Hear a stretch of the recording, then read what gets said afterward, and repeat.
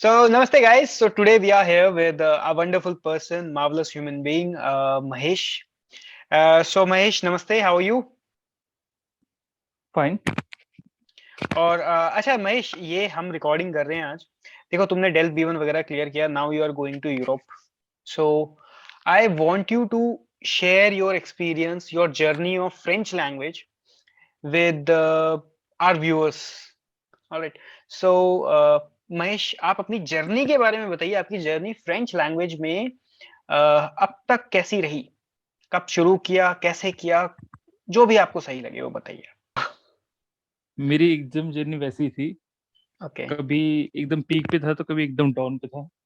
Okay. सो ये journey start हुई थी मेरी 2017 में, हम्म। जून के महीने में। सो मैंने स्टार्ट करा था क्रैश कोर्स से, जो कि भारतीय विद्या भवन दे रहा था उस टाइम पे। सो मैंने स्टार्ट करा था क्रैश कोर्स जून महीने से, और ओके। वो क्रैश कोर्स था 2-2.5 महीने का। Okay. So by that time मुझे फ्रेंच लैंग्वेज का एफ भी नहीं आता था उस टाइम पे। नहीं। But okay. But the by the time मैंने फ्रेंच के बारे में बहुत कुछ सीखा। क्योंकि जब स्टार्ट करा था तब मुझे मेरे प्रोफेसर्स कहते कि आप डिक्शनरी खरीदिए, आप बेसिक वर्ड्स की नॉलेज रखिए, कैसे यूज करते हैं सेंटेंस स्ट्रक्चर। सो इन सब चीज़ों को जैसे मैंने सुनने के बाद फिर मुझे भी एक मोटिवेशन आया कि हाँ यार, अब तो थोड़ा सीरियस लेना है, क्योंकि हमने अब foreign language is not like a cake walk. At that time मैंने रियलाइज कर लिया था जब उन्होंने इम्पोर्टेंस बताया था इसका। सो मैंने और मेरे कुछ दोस्तों ने कुछ डिक्शनरीज खरीदे थे हमने वहीं से, भारतीय विद्या भवन से। और हम रोज पढ़ते थे डिक्शनरी से। जैसे हम क्लासेस के पहले भी हम बहुत कुछ पढ़ते थे डिक्शनरी से कि यार बेसिक्स कैसे, मतलब कैसी सेंटेंस स्ट्रक्चर क्या है, बेसिक्स वोकैबुलरीज क्या है, और मोस्ट इम्पोर्टेंटली कॉन्जुगेशन। क्योंकि in every language there are a lot of conjugation you have to go through. So conjugation का बहुत इंपॉर्टेंट पार्ट था। और मैं एक्चुअली मेरे प्रोफेसर्स जिन्होंने मुझे पढ़ाया, मैं उनको बहुत एक रिस्पेक्ट है मेरे लिए उनके लिए, क्योंकि उन्होंने ही मेरा बेसिक फाउंडेशन जो कि बनाया है। विदाउट देम मैं इमेजिन नहीं कर सकता कि मैं कभी फ्रेंच सीख सकता था। क्योंकि हर लैंग्वेज में बेसिक फाउंडेशन होना बहुत इंपॉर्टेंट होता है। अच्छा Mahesh, tell tell us one thing. एक बात बताओ, देखो अभी तुमने बेसिक की बात करी है, तो बेसिक का बेस कैसे बनाया जाए किसी उसको। अब देखो, यूट्यूब चैनल जो है हमारा, इस पे हर टाइप का बच्चा आता है। ठीक है, इस पे वो भी आता है जो सिर्फ एग्जाम क्लियर करना है। ठीक है, इस पे वो भी आता है जो सारी नॉलेज भी चाहिए। तो आप ये बताइए, अगर मान लो कोई बच्चा है और उसका टीचर नहीं है, तो आप उसको अगर राय दो कि बेसिक सुधारनी हो, तो आप basic let's say A one level के लिए आप उसे क्या राय दोगे? अगर कैन अगर स्टूडेंट टेबल लेवल का है तो, मतलब हमारे टाइम पे हमें इतनी नॉलेज थी नहीं, but there are plenty of YouTube channels जहाँ से एक स्टूडेंट सीख सकता है। Like French, learn French with Alexa, learn French with pax parcel. So okay. मुझे एक्चुअली नाम ठीक से याद नहीं आ रहा, बट ऐसी कुछ चैनल था। सो मैं व्हाट मुझे मेरे जो what I will do is, देखो पास्कल। मैं क्या करूंगा ना, मैं उसका ना एक इमेज क्या करूंगा, इस पूरी स्क्रीन पे ना वो डाल दूंगा, उनका थंबनेल, उनके चैनल का नाम और थंबनेल। सो मुझे बाद में बता देना, कोई इतना इशू नहीं है, आगे बताइए। चैनल से बहुत कुछ सीखा है। और सब मोस्ट इम्पोर्टेंटली उस चैनल में आपको प्रोनाउंसिएशन एकदम बेस्ट ट्रू। प्रोनाउंसिएशन आपको मिल जाएगी। और एग्री। आपको प्रोनाउंस हाँ, आपको प्रोनाउंसिएशन ही बहुत इंपॉर्टेंट होता है मोस्ट इन फॉरेन लैंग्वेज, क्योंकि विदाउट प्रोनाउंसिएशन आपकी जो लैंग्वेज है सामने वाला इंसान कोई समझ ही नहीं पाएगा। सो मेरे हिसाब से आपको मोस्ट इम्पोर्टेंटली वर्ड्स के साथ उनकी प्रोनाउंसिएशन भी सीखना बहुत इंपॉर्टेंट है, जो कि आपको यूट्यूब से सीखा जा सकता है अगर आप कोई क्लासेस अफोर्ड नहीं कर सकते हो तो। अच्छा एक बात बताओ, तुमने डेल्फ एग्जाम्स दिए हैं, डेल्फ A1 A2? क्योंकि B1 नहीं, का तो एक्चुअली आई नो। मैंने डायरेक्ट डेल P1 दिया अच्छा मुझे एक बात बताओ, तुम्हारे हिसाब से डेल्फ A1 और A2 देने का कोई फायदा है क्या? नहीं, पहले अ, A1 की बात करते हैं, A1 की बात करते हैं। डेल्फ A1 देने का कोई फायदा है क्या? क्योंकि सी मैंने तुम्हें मेरा पता है, मैंने सारे डेल्फ दिए हैं, ठीक है, डेल्फ डाल्फ सारे दिए हैं। तो मुझे एक हम्म, बात बताओ, डेल्फ A1 देने का फायदा है क्या? अ, फायदा इन दैट सेंस हो सकता है अगर आपको मतलब आप डिमोटिवेट हो चुके हैं एकदम to the level of zero, in okay. That sense हाँ आपको वो डेल्फ ए वन थोड़ा हेल्प कर सकता है in order to build build up some motivation, otherwise it's complete waste of money hmm. As of my perspective. और A2, what about delve A2? Delve A2 का आप क्या सोचते हो डेल्फ A2 के बारे में? जब मैंने B1 के लिए स्टार्ट करा था preparation, so hmm. At that time मुझे इतना डिमोटिवेट था कि मैं A2 कभी डेल्फ क्लियर नहीं कर सकता हूँ टू बी ऑनेस्ट, ओके। क्योंकि ये मेरी रियल सिचुएशन थी उस टाइम पे। हम्म। और ये आपसे छुपाने की कोई बात है भी नहीं इसमें, क्योंकि जो है सो है। A2 आई का भी आई मुझे रिमेम्बर, बहुत, आई रिमेम्बर।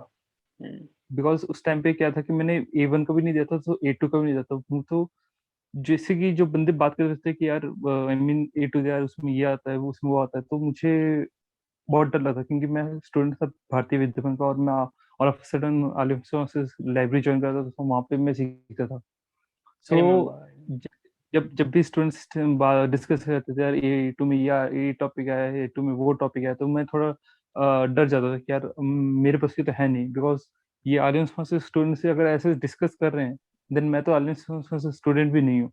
सो मेरे लिए तो इट्स लाइक बहुत हार्ड होने वाला है ये एग्ज़ाम।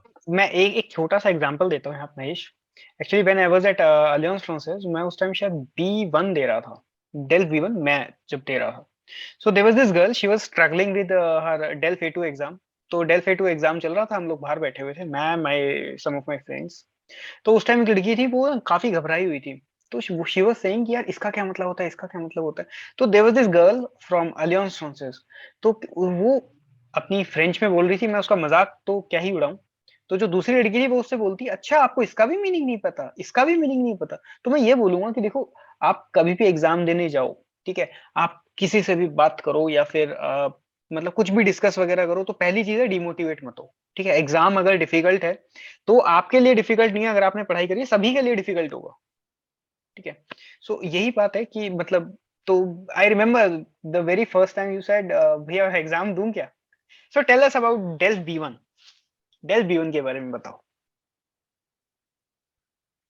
अ, हम्म। डेल्फ B1 का मेरा जर्नी जो था कि जर्नी स्टार्ट हुआ था जनवरी में, if hmm. I most probably I guess. और जनवरी के टाइम पे मुझे जो भी मेरे मेंटर थे उन सब ने मोटिवेट करा कि यार हाँ यार मतलब B1 हो सकता है, इट्स नॉट दैट हार्ड जैसे कि आप सोच रहे हो। हम्म। सो मैंने भी थोड़ा इस पे ध्यान दिया कि हाँ यार A1 A2 छोड़ के बी डायरेक्ट B1 देते हैं। अगर हम्म। सब कह रहे हैं कि इतना हार्ड नहीं है, देन मे बी इतना हार्ड होगा नहीं। Hmm. Maybe it's in my mind I guess. हम्म।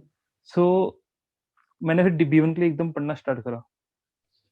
तो और आपने बाय द हम्म।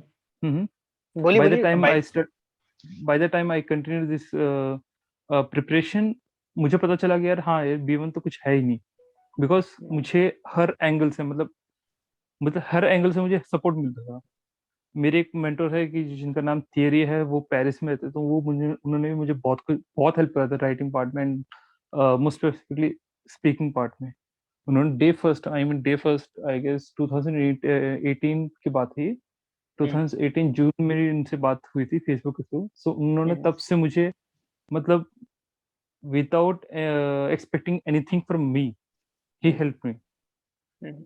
और उन्होंने मुझे बहुत मतलब मेरी जो फ्रेंच है वो भी, मैं अगर मैं किसी को क्रेडिट देना चाहूँ अगर मेरी फ्रेंच का, तो मुझे एक पंकज भैया हैं जिनसे मेरी बात हो रही है, एंड थियरी।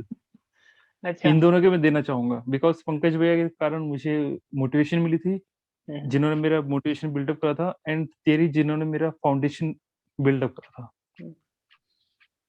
और दोनों का बहुत अच्छा सा मतलब एक मतलब कंट्रीब्यूशन रह चुका है मेरे B1 डेल्फ में। चलो तो और लेट्स चेंज द टॉपिक, अच्छा एक बात हम्म, बताओ मुझे कि तो तुम्हें सबसे ज्यादा जो टफेस्ट पार्ट लगता है डेल V1 में? अच्छा गाइज, बिफोर मूविंग फॉरवर्ड, मैं एक बात बोलना चाहूंगा सबको कि देखो, महेश ने A1 नहीं दिया, A2 नहीं दिया, बट इसका मतलब ये नहीं है कि इसके लिए वो बहुत इजी था। बिकॉज आई रिमेम्बर लास्ट के जब 25 डेज बच रहे थे, सो 28 डेज पहले इसने मेरे को कॉल किया एंड ही वाज लाइक कि भैया मैं आपको रोज शाम को कुछ ना कुछ प्रेजोंटिव, नहीं, मोनोलॉग वगैरह दे दूं, मैं आपको टॉपिक भेज दूंगा। सो ऐसा ठीक है।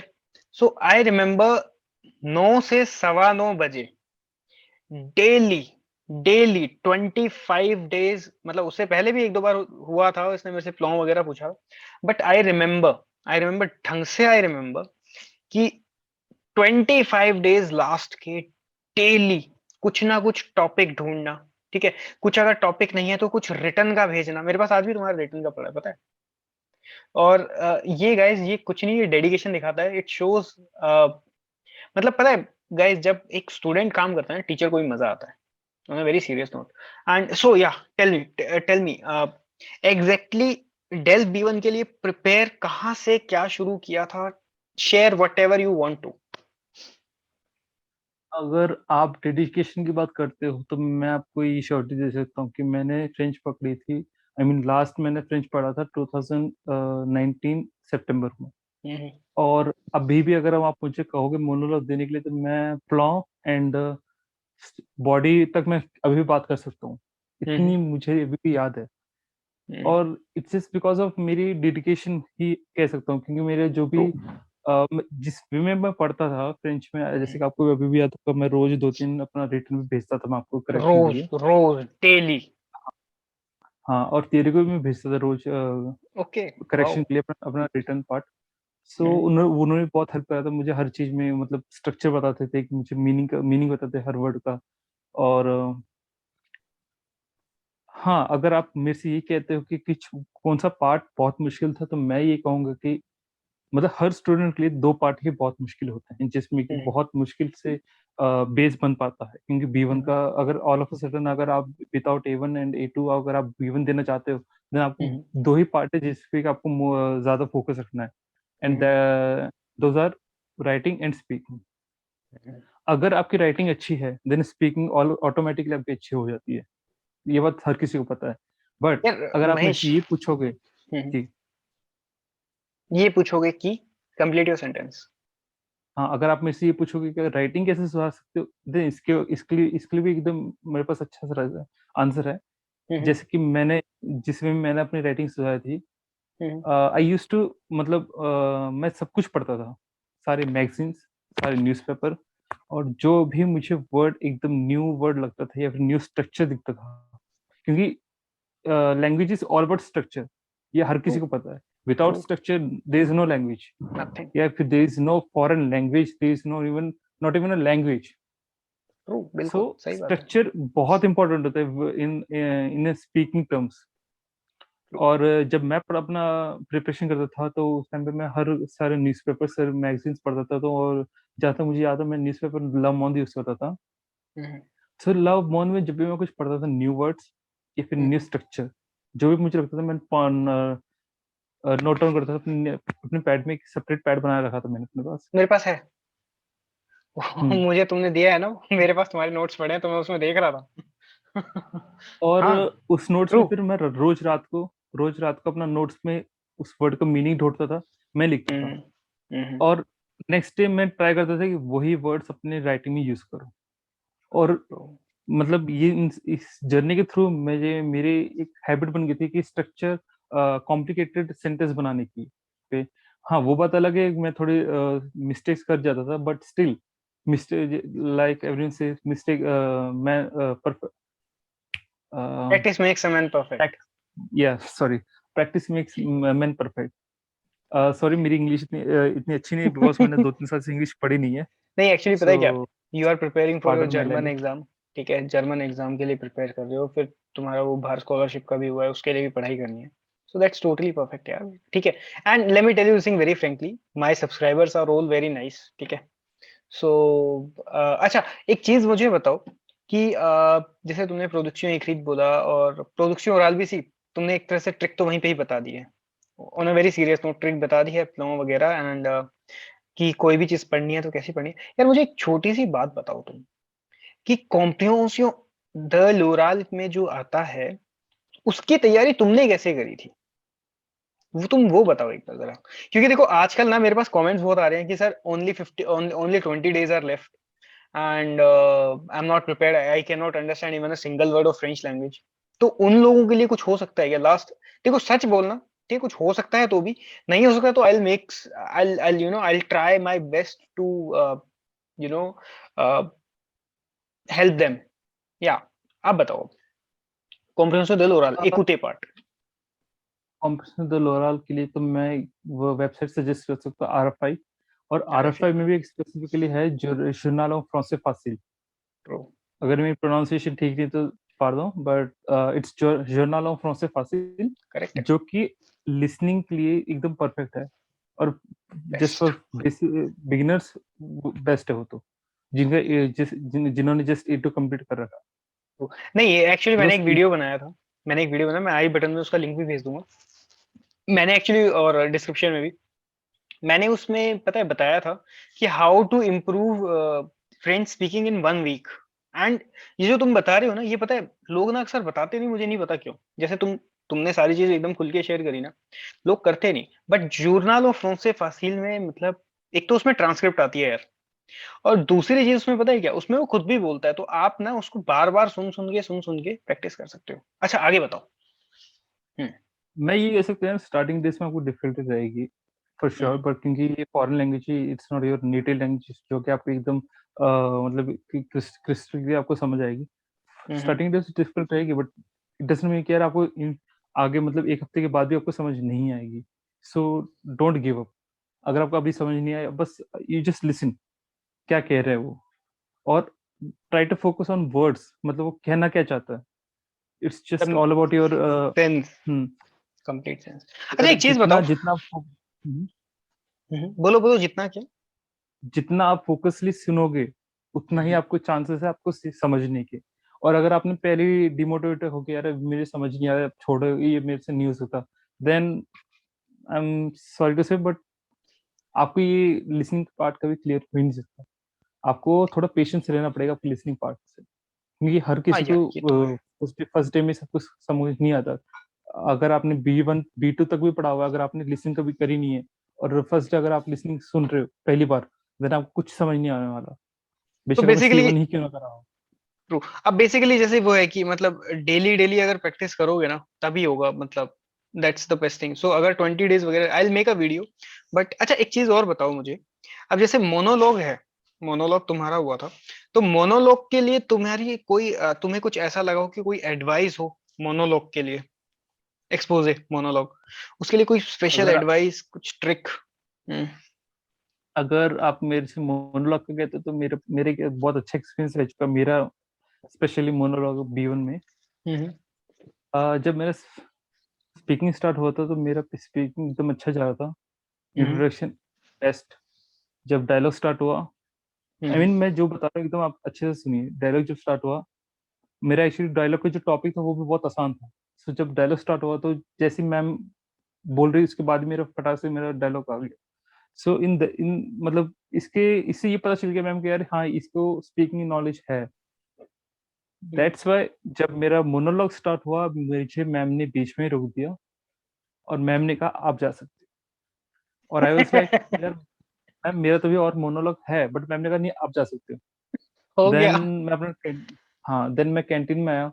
हम्म। देन सब मेरे मजाक उड़ा रहे थे, यार तेरा तो बहुत मोनोलॉग बहुत गंदा गया, बट हमने तो अच्छा हमारा बहुत अच्छा गया।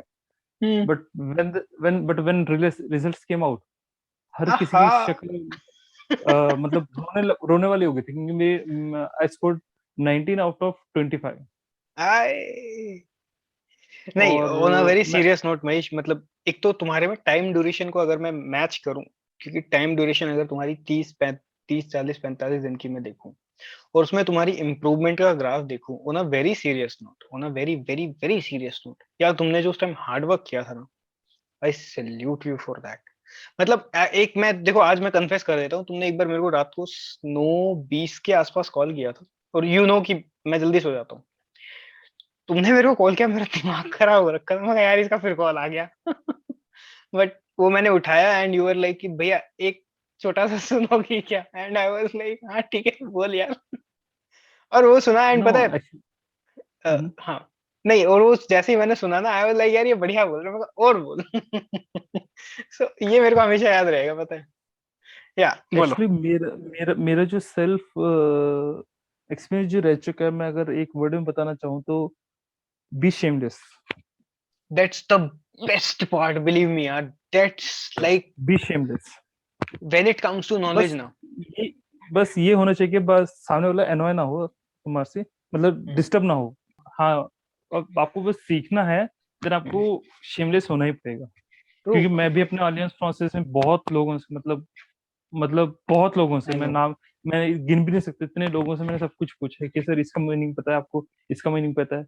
अगर मैं ये सोचता कि यार ये जो सामने वाला बंदा, अगर ये मेरी जान पहचान करनी है, मैं इससे पूछ रहा हूँ, ये बुरा मान जाएगा। अगर ये मैंने ये सोचा होता, मैं अगर आज यहाँ नहीं होता, ना मैंने जर्मन सीखी थी, ना मैंने फ्रेंच सीखी होती। और नहीं, अगर अगर ये अगर तुम्हारे अंदर ये बात नहीं होती तो मैं भी नहीं मिलता तुमसे, सही में। हाँ, मेरी सही तुम्हारी में, बात भी हाँ, कभी ये शुरू बात नहीं सही होती, है। ऑन अ वेरी सीरियस और नोट। मुझे पता अभी पता है हमारी बातचीत कैसे शुरू हुई थी। मैंने अच्छा आपको मुझे याद। मैंने मैंने आपको एकदम डरा, मतलब डिस्टर्ब कर दिया था, मुझे अच्छा पता है। हाँ। मुझे याद नहीं। सो मेरे कहने का मतलब ये है, ओके। अगर आपको कभी भी कुछ भी सीखना है, मतलब नॉट जस्ट फॉरेन लैंग्वेज, आपको कुछ भी सीखना है, हम्म। आपको बस ये सोचना पड़ेगा यार, हाँ सामने वाला कुछ भी सोचिए, बस आपको नॉलेज गेन करना है।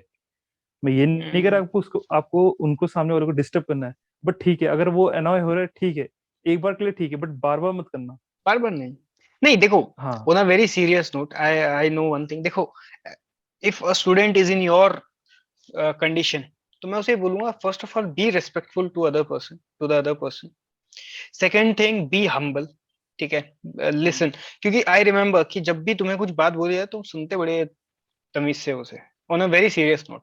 तीसरी चीज कि अगर कोई बंदा बता रहा है, जैसे मैंने महेश की एक मेरे को सबसे बढ़िया बात लगती है कि अगर मैंने एक बार बता दिया यार ये मिस्टेक है, अगली बार वो मिस्टेक रिपीट नहीं होगी, उसके लिए आई एम 100% श्योर।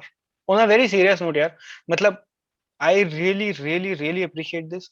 एंड चौथी चीज पता है क्या है, कि अगर मान लो कोई मिस्टेक है, तो तुम ना पूछते हो कि अच्छा ये मिस्टेक है तो स्ट्रक्चर में प्रॉब्लम क्या है।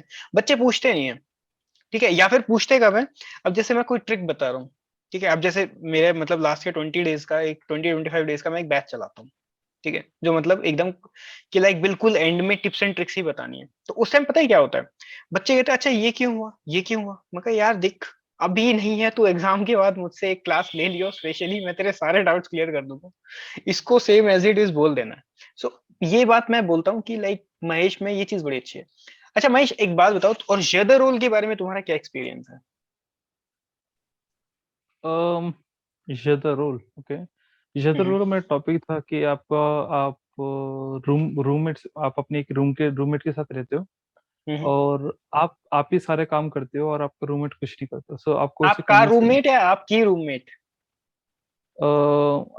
आपका रूममेट, आई गेस। ओके। अरे मजाक कर रहे हैं, ओके देन, फिर so how you handle that situation and all?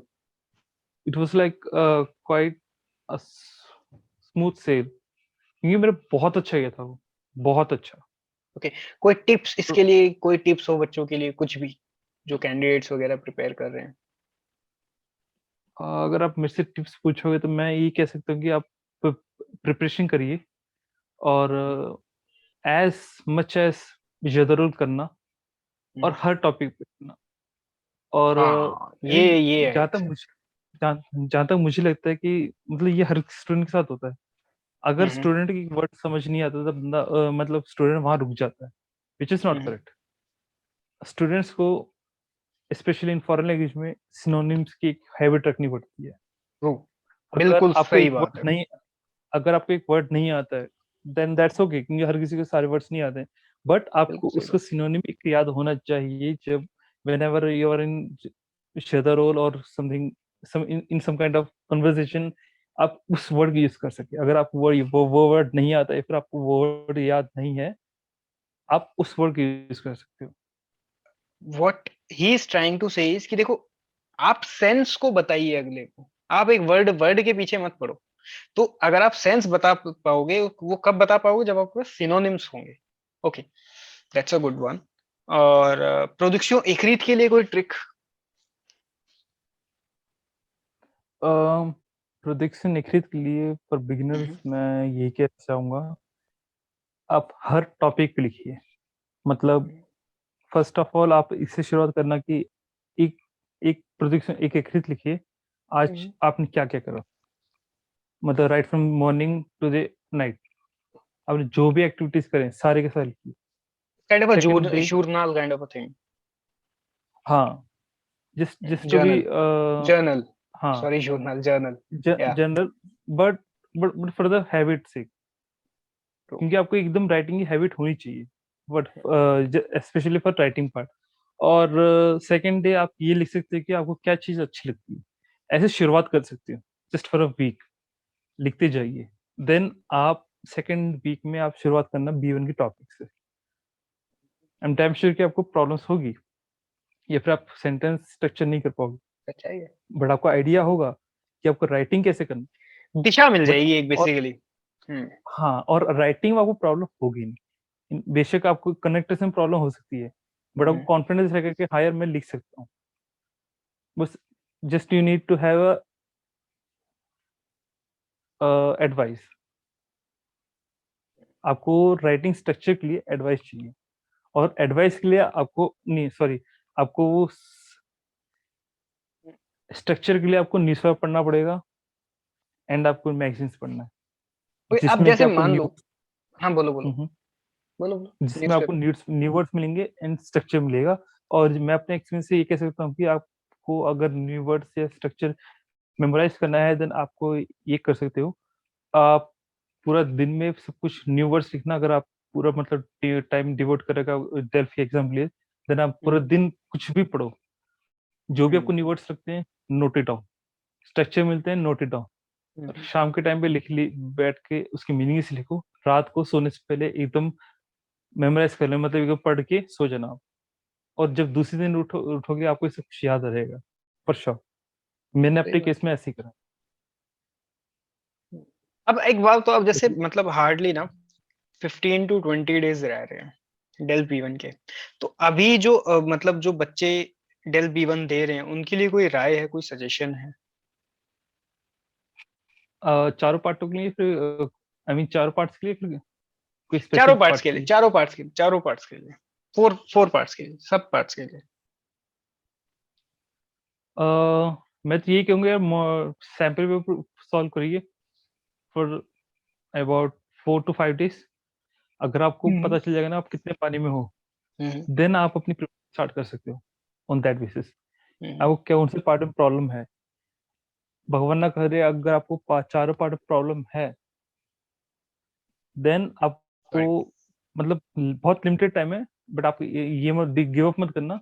आप ये कर सकते हो कि हर दिन एक एक सैंपल पेपर प्ले करिए, और किसी के साथ, मतलब जो भी एग्जाम देना चाहते हैं उनके साथ बैठ के प्रिपरेशन कर सकते हो, स्पीकिंग की, प्रोजेक्शन ओरल की, और प्रोजेक्शन खरीद की भी। I hope this interview with Mahesh was helpful for you all. All right. Next time, I'll try my best to make some more videos about Del P1, Del P2, even DALS. Right now I'm working on videos related to DALS C1. All right. So namaste, guys. Stay safe. Stay secure. If you guys want to contact me, here's my Telegram ID on your screen. So that's it. Take care. God bless you all. Bye bye.